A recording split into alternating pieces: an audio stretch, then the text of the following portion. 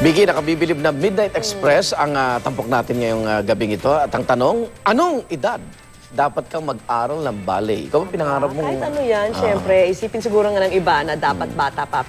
Kaya tiyak po, magugulat kayo sa nakilala naming balerina na nang matuto, senior citizen na. Ilang taon na siya? Alamin po natin kay Micael Daes. Age does not matter. At kahit sa ballet, totoo po yun. Dahil dito sa Midnight Express, napabilib talaga kami kay Lola Ballerina. Check it out. Plie, batmon, arabesque, soutenu.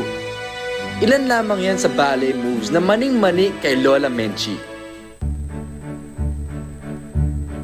Nagsimula ko 60 years old. Kasi noon, wala akong pera, wala rin panahon. Kaya ngayon, pagkakataon ko na, yung pangarap ko noon, nagagawa ko ngayon. Ibinigay naman din ng Panginoon sa akin. Yung mga kasama po ninyo, yung mga bata rin. Oh, yeah. Yung mga kasama natin sa likod. So ano naman ang pakiramdam nyo?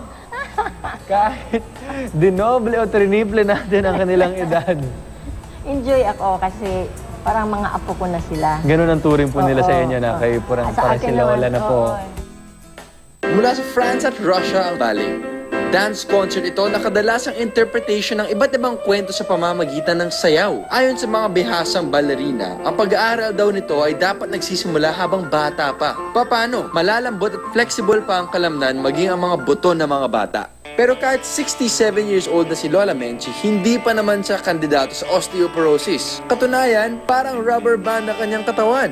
Basta determinado ka, maski kahit anong edad, marating mo ang gusto mo. Saka kailangan disiplina sa katawan mo, sa pagkain, at magpaka-spiritual ka rin. God first, always. Sabi nga nila, kalabaw lang ang tumatanda. At kahit ano pa ang iyong edad, maaari pa rin matupad ang iyong mga pangarap. Nagsisilbing inspirasyon ang kwento ni Tita Menchie. Pinatunayan niya na kailangan mo lang ng konting disiplina at determinasyon para maabot mo ang inyong mga pangarap. Ako po si Micael Daes and this is Midnight Express. See you.